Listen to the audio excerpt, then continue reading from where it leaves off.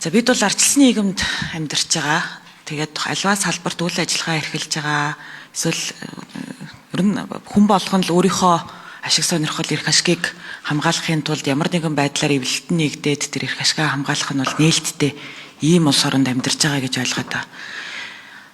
Тэгэхээр тэр утгаараа Монголын үндэсний худалдаа аж үйлдвэрийн танхим бол одоо 95 онд энэ анхных нь хууль нь тухайн үеийн ардчилсан үндсэн хууль нийцүүлж батлагдаад тэгээд түүнээс хойш одоо өнөөдрийн байдлаар ийм 6768 татвар төлөгч аж ахуй нэгжүүдийг нэгтгээд ингээд явж байгаа ийм байгууллагын хувь зайны асуудлыг бид нар ярьж байгаа.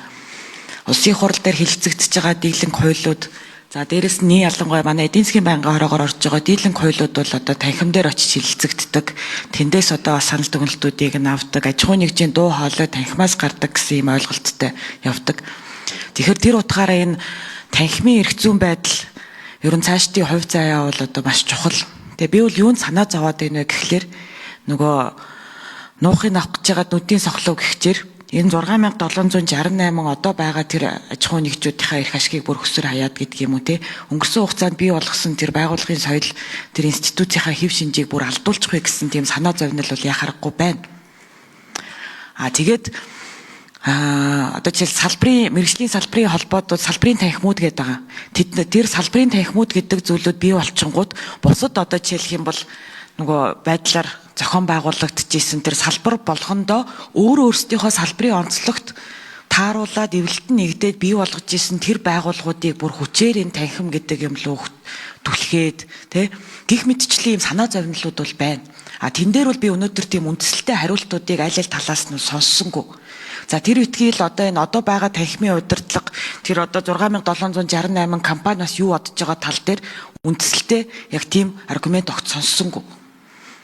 Тэгэхээр маш ийм одоо болгоомжтой хандах ёстой асуудал гэж бодож байна. Ер нь бол ингээд нэг юм хуулийг нь засаад гоё болчдөг зүйлч гэж ер нь бол өнгөрсөн хугацаанд байсангүй шүү дээ. Бид нар ерөөсөө байгаа юмгаа уламд ордуулаад байгаа л зүр зураг ажиглагтаад байна.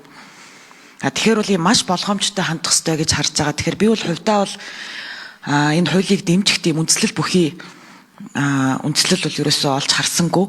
Тэгээд бараг л одоо тэр байгаа хууч 95 оны хууль чинь маш ойлгомжтой тодорхой илүү дутуу зүйл заалт байхгүй ийм хууль харагдчихжээ штэ.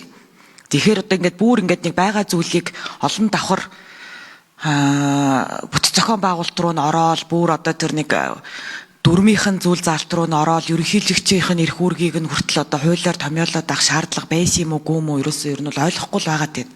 Тэгэхээр би бол хувьдаа бол энэ хуулийг бол яг энэ байдлаар нь бол дэмжихэд бол бэрх байна л гэж харагдаж байна. Тэгээд дээрэс нь хууль санаачлагч нарт бас хэлэхэд яг энэ нөгөө салбарынхаа хүмүүсээр хилцүүлсэн тэгээд энэ нөгөө компаниудын төлөөллийн санал бодлогод тийм ээ тэр бүх зүйлүүдэд та хэд ерөөсөө гаргаж ирсэнгүй.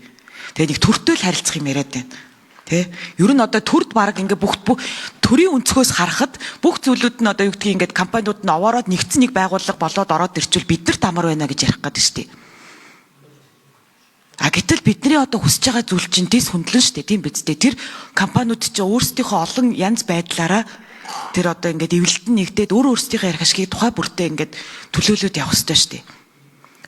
Түүнээс биш гав гişүний яриад байгаа шиг ингээд түр харьцах гээд ангууд 30 байгууллага нэгэн зэрэг гарч ирээд байна. Нэг л болчмоор байна гэсэн зүйл чинь бол одоо мэдгүй тэр арчлынхаа одоо үндсүүлийнхаа өнцгөөс бол надад бол би бүр ойлгомжгүй санагдчих. Тэгэхээр бол би бол хувьдаа бол энэ хуулийг бол дэмжихгүй